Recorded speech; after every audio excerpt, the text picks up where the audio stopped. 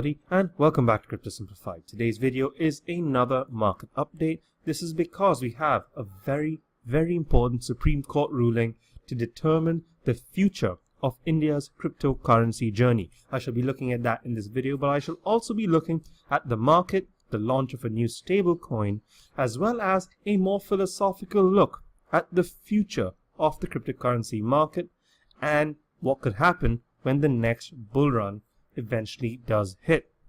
But first, let's have a look at the market. I'd like to reiterate that I am not a financial advisor. This is not financial advice. I'm just an enthusiast looking at the market, sharing my research with all of you folks. So first up, we need to discuss the Sunday dip. It was pretty bad.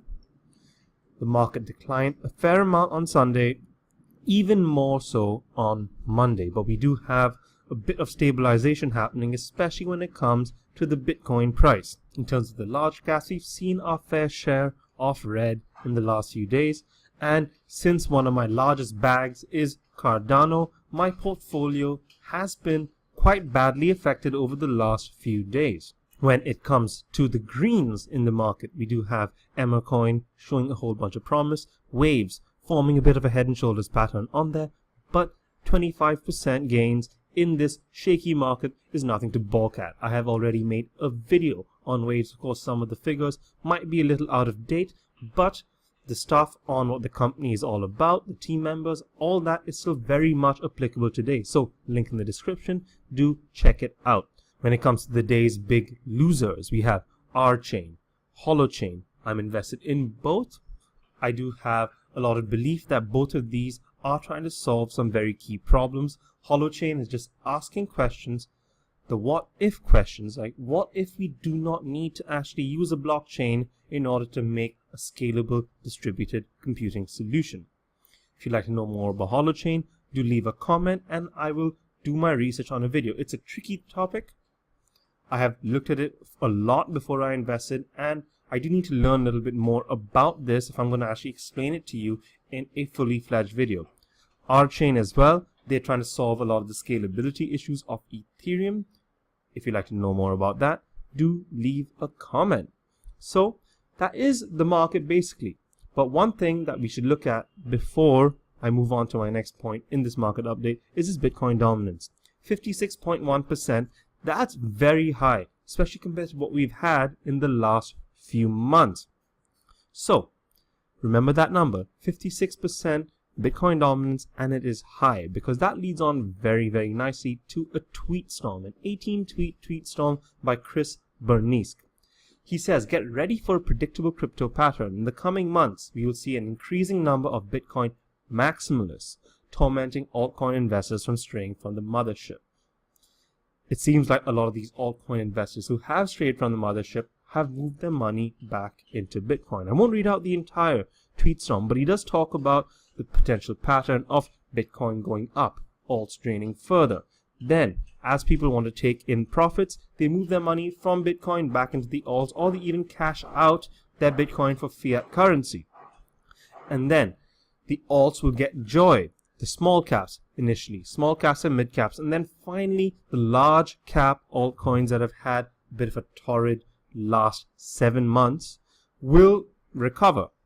So this seems to be not as general a tweet storm as I'm making it out to be. I highly recommend you check it out, link in the description. But as we scroll down further, there is a very succinct idea being portrayed over here. So tweet number 17, bear market equals BTC dominance index rising, bull market BTC dominance index falling. And for those of you who were here in that last bull run in December, you do know that this was a pattern.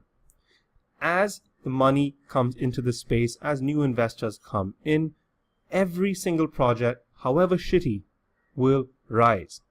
People take their Bitcoin and just throw their Bitcoin into whatever projects that they seem fit, because everything seems to be getting returns in a bull market. Everyone is a genius trader in a bull market. That is exactly how it appears. You got people investing in nonsense projects, but they are coming out in the green. So this is something we need to be extra careful about. Bitcoin dominance right now is very high. How much higher can this Bitcoin dominance go? Are you prepared for Bitcoin dominance to shoot up further and your alts to drain even more? Do let me know, because whatever you think is going to happen in this market, whatever you think, you should never go 100% all eggs in one basket with that idea. Do not ever assume that things are as low as they could possibly go or as high as they could possibly go. Of course, that brings a whole bunch of risk in there. It depends on the amount of risk that you are willing to take. But that's what this game is. We are still very much in the Wild West when it comes to cryptocurrency. Very, very, very much so. So do let me know what you think about this tweet storm. Read the whole thing. I highly recommend it, because this is a pattern that I've spoken about before in past videos. Before things get better for the entire market, things can get significantly worse for portions of the market. So do let me know what you think. Where do you think the reversal will take place first?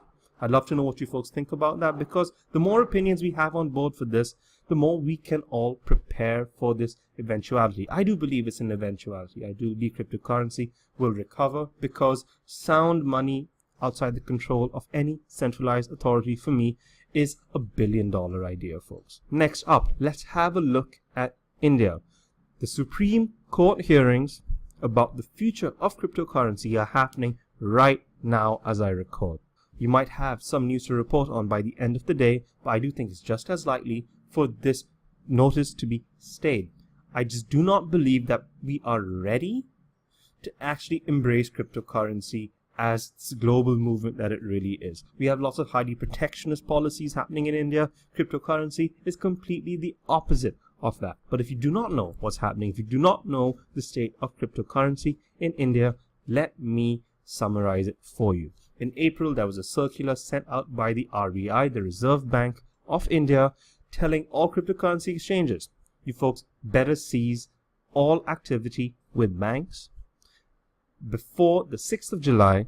So some of them shut down completely, especially the smaller ones. The larger ones were successfully able to pivot to crypto model. So they were not enabling any Indian rupee to cryptocurrency transactions. Other companies like CoinX and WazirX had a peer-to-peer system enabling individuals to buy and sell cryptocurrency with rupees, but WazirX has a rupee to USD tether sales going on. So there are lots of interesting ways to look at the problem. Innovation like this happens in the face of opposition. So it's quite interesting to see how people actually did that. But the big problem was that the volumes were affected. Having these very stringent barriers to adoption, such as stopping people from linking their bank accounts to cryptocurrency exchanges, that was a very, very large stumbling block. And the prices inflated. It involved people using dodgy escrow practices in order to make these transactions, and it was not actually looking good for the cryptocurrency sphere in India. We do, however, have projects in India that are trying to overthrow this ban by challenging it in the Supreme Court. So that's where we are right now. And I highly recommend you read this article by cryptonews.in. And you should also look at this Quartz article that shows the final court battle for cryptocurrency exchanges.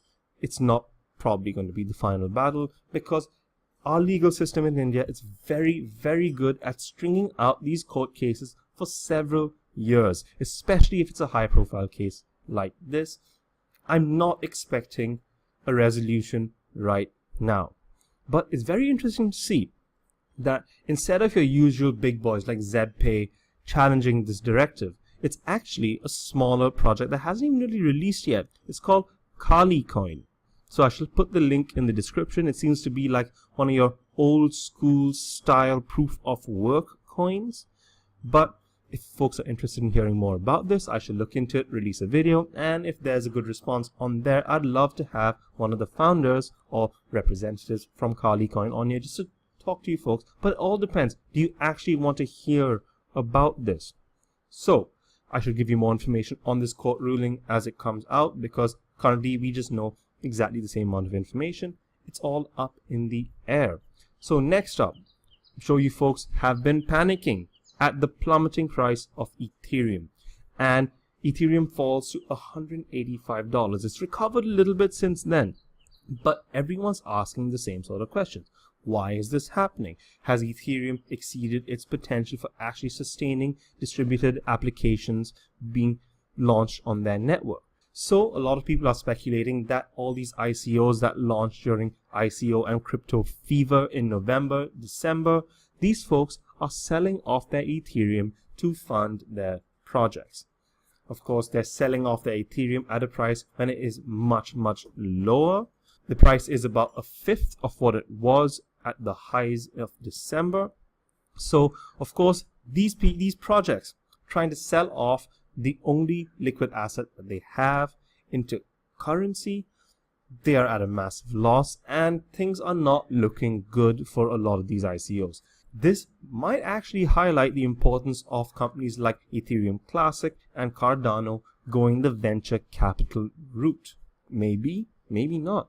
But we do have a great video by Blue Collar Crypto. I just discovered this channel very recently on recommendation from a friend. He talks about some very solid points about Ethereum as well as alternatives. Because if we're being really serious right now, Ethereum are not the only network token out there. Every project, well, most of these projects actually want to become network tokens a lot like Ethereum and maybe even surpass Ethereum with the amount of transactions per second. There are lots of great points in this video, but I shall mention a few. I do highly recommend you check out this video just to get a more complete picture of what's going on. But Ethereum, in short, according to Jeremy at Blue Collar Crypto, is that Ethereum is not the best ecosystem token, but it is by far the best token generation token. I do believe Ethereum shares a lot of positives that the early internet had, where if you had the technical expertise, you were able to spread your ideas. Ethereum has a fantastically low barrier to entry to launch a smart contract for a token, and I do think that this is great for fundraising, great for companies that are trying to bootstrap their ideas out onto a wider audience. Of course, this has resulted in lots of really useless, crappy projects. This is completely a fair criticism to level at Ethereum. Maybe it's too easy for people to launch their projects on Ethereum. A lot of them end up being scams, or they end up being projects that can never actually realize their goals of standing on their own 2 feet. Neo combats this by having very high gas prices to launch a project on their platform. EOS has their own methods of ensuring that only approved projects that they believe will deliver, will get launched on their platform. But do check out this video. It does talk about a lot of these points to give you a bit of perspective, because lots of people are hating on Ethereum, they're bashing it, but we do need a bit of detached, reasoned debate and analysis, and we really do have it over here on this Blue Collar Crypto video, link in the description.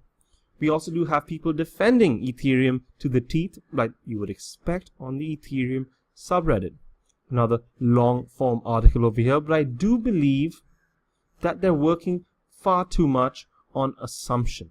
Things go up and down, they change drastically on a whim, and the current whim is that Ethereum is being bashed and battered. I personally believe in Ethereum. I am completely in favor of their approachable idea, and I do like their realistic, even though it's quite far away, but very realistic timelines to scalability, including Casper, which is going to be their proof of stake, Plasma, and utility of things like the Raiden network as part of Ethereum's scalability solutions. Neo has a scalability solution in Trinity. Ethereum is getting a whole bunch of projects of their own to help them scale. The problem is common for all cryptocurrency projects. Scalability is an issue, but we all need to look at different ways of fixing it, and there are lots of very intelligent developers working on their own projects to integrate this. That's again the beauty of having such an open platform like Ethereum. So for all the criticism that they're getting, I truly applaud them for being as open as they currently are.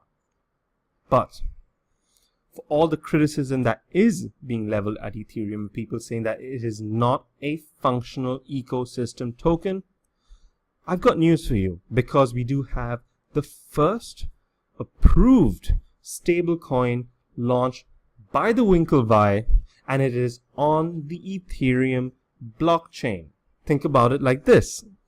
If these two guys who know so much about cryptocurrency and tech markets and startups, if they really thought that Ethereum was as useless as a lot of the people on the internet are saying right now, they would not have jumped into this. Absolutely not. Their stablecoin is called Gemini, and this will be an ERC20 token that people can buy on a regulated market and then use for activities that are yet to be completely detailed right now. There is a full-length interview with the Winkelvoss twins on this Business Insider article. So I will attach the link, as I do for all my sources, in the description. So do check it out. Let me know what you think, because there has been a lot of shade being thrown at the stablecoin market. USD Tether has had a whole bunch of criticism being leveled at them about the lack of frequency of audits, and this project, the Gemini coin, will have very frequent audits by third parties just to ensure that the 1-to-1 ratio of stablecoin to US dollars is being maintained in the reserves of this company, because we need to create a way to bring in more money. This is the slow, legal, financial drudgery that needs to be done in order to give cryptocurrency a little bit more legitimacy. Of course, the anarchist dream is that this crypto economy completely destroys what we currently have to create a much more accountable financial system. While this is a great dream to have, I don't think it's a realistic dream, because we have to remember that we are still a fringe division. We are still a bunch of the crazies. We have to play their game and beat them at their own game, because we do have the better product. The better product is most definitely here, and this better product will only keep getting better and better because of the sheer amount of focus on innovation in this space. It's a borderless, permissionless innovation space, so we have the advantage. We just need to present our ideas to the relevant people to show them that this is much, much better. Adoption doesn't happen with incremental improvement. Adoption will happen when there is significant improvement on the current faulty system. So do check out this article, link in the description.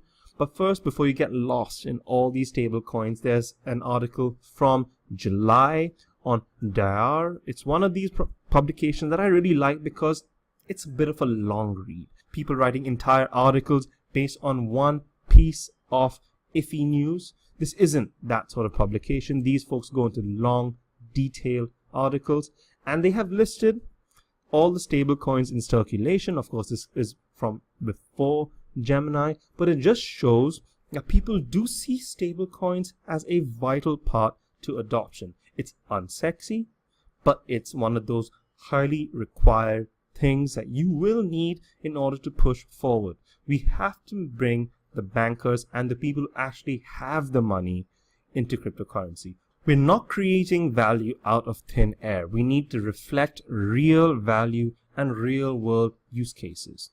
Next up, in further news about adoption, we do have the Dogecoin founder, and who says that the build it and they'll come attitude that crypto currently really is a mouthpiece for doesn't work.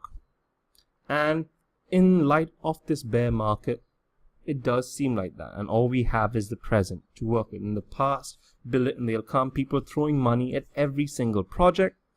Now, of course, we have this market pullback, reality has kicked in, and people are a lot more fearful, but it hasn't really stopped the innovation. And it hasn't really questioned people's idea of, why don't we just build it, we bootstrap it, we release a token, we get the money in, and hopefully the users will come. Just because it's a crypto project does not mean that people will invest and use your platform. If you look at this list of decentralized exchanges, there are hardly any users on there. There's no surprise really that there are such low volumes, such awful prices on your decentralized exchanges, because it simply does not have the staying power and the pulling power to bring lots of casual investors on board. As I said earlier in this video, we are still the crazies. We are the ones at the forefront of this drive to bringing in a better financial system. We need to meet people halfway, and we need to really give people what they truly want. We can't take an existing project and just make it decentralized. It isn't always the best way to go about things. Some things will always need to be centralized. Some things might need to have a middle ground of part decentralization of certain aspects, but part of the aspects need to be centralized in order to stop people from fat fingering their way into trouble. It's a very nuanced topic. There is no one size fits all solution, which is exactly why I'm such a huge fan of altcoins. Altcoins are taking this assumption that we have of a fixed supply money. Some altcoins even challenge that, but we have these cryptographic truths that can be put onto a ledger, and altcoins are challenging the different use cases of it. Of course, Cardano are looking towards interoperability of all these projects. If we have a perfect system that's completely interoperable, we might eliminate the need for fiat currency. But until these major innovations happen, until it becomes a much more hospitable environment for your regular average Joe or Jane, then it's not going to be going anywhere. Cryptocurrency will remain a fringe movement. Next up, I really didn't want to cover this aspect, but we did have a total shit show of a debate on the blockchain cruise. Jimmy Song versus Roger Ver. I have sort of suggested my stance on Bitcoin versus Bitcoin Cash, but now I should put it right out in the open. I do not like Bitcoin Cash because they have taken the Bitcoin name and turned it into something else. They're actively trying to deceive people. Big blocks, small blocks, I don't care about all that, because I do believe that scalability is something that we all need to work towards. What I do not like though is bullshit arguments, of which there were plenty, and you can read the title of this link and say, watch Roger show up unprepared for a debate. People are talking about Jimmy Song setting the format of this debate while he was on stage, but it wasn't like there was any new information being spewed out over here. Roger spends his whole life marketing Bitcoin Cash, trying to rebut arguments, talking about how censored Bitcoin is, and it's the same old, same old.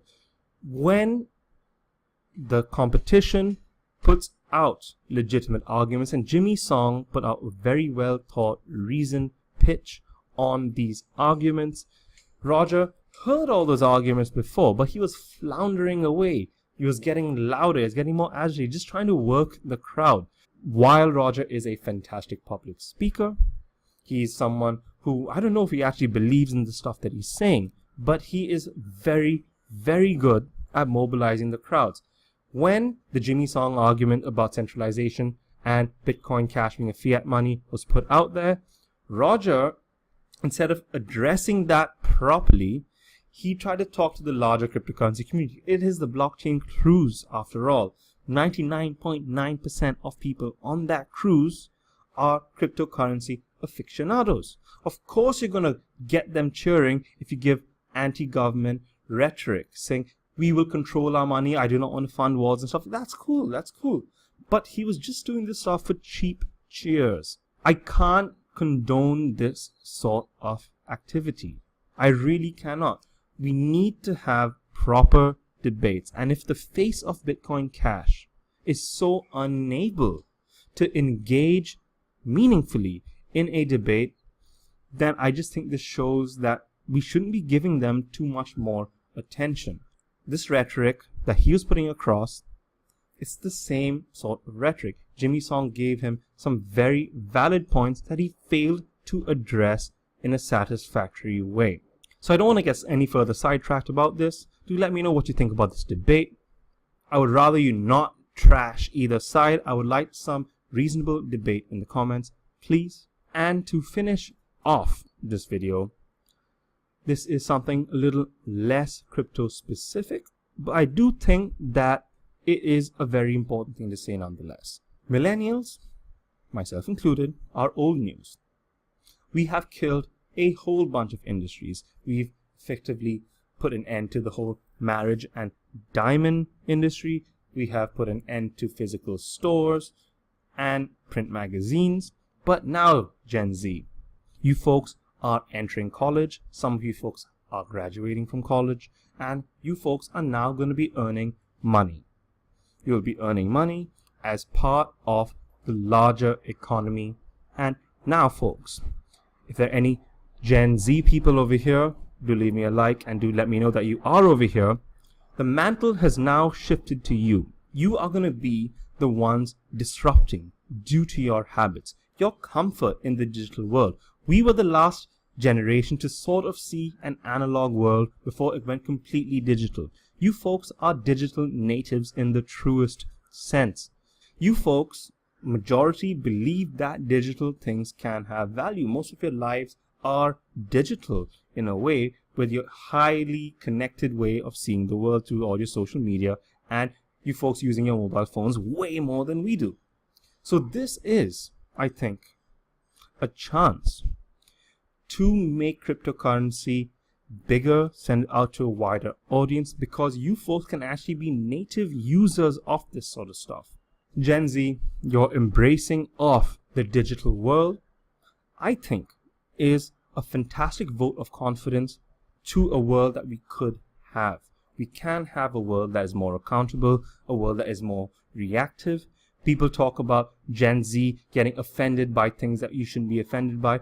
This is not a bad thing. It shows that you folks out there care. You care about what's going on. And I want you folks to translate this care onto the much bigger picture.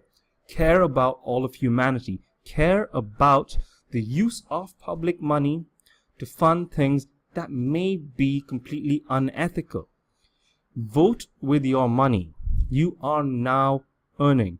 Vote and show us your confidence in these new digital currencies that we believe are going to change the world. If you believe in it, invest in it. It's your money. No one else can tell you how to use it. So let's challenge this existing world order together.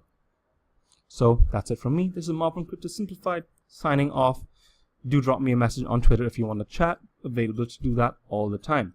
You folks take care. We shall catch up very, very soon. Later.